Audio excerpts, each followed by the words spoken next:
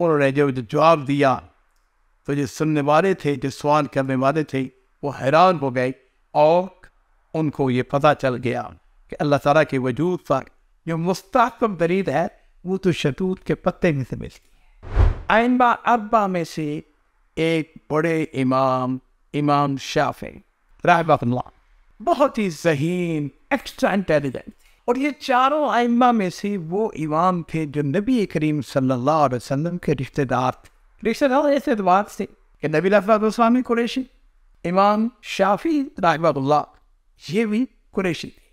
ان کی والدہ جو تھی وہ سیدنا حسین ابن علی بن ابی طالب ان کی اولاد میں سے تھی۔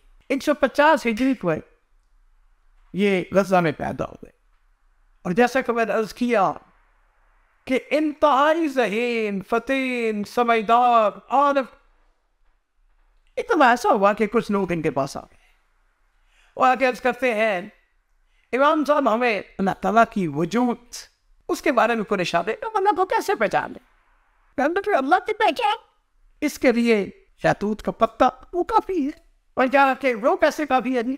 کہتے ہیں کہ شہتوت کا پتا جو ہے وہ اگر ریشم کا کیڑا کھاتا ہے تو اس میں سے کیا نکلتا ہے؟ ریشم نکلتا ہے، اور وہی شہتوت کا پتا ہے جب شہد کی مکھی کھاتی ہے تو اس میں سے شہد نکلتا ہے، اور وہی شہتوت کا پتا ہے جب ہرن اس کو کھاتا ہے تو اس میں سے کستوری نکلتی ہے، اس میں سے خوشبو نکلتی ہے۔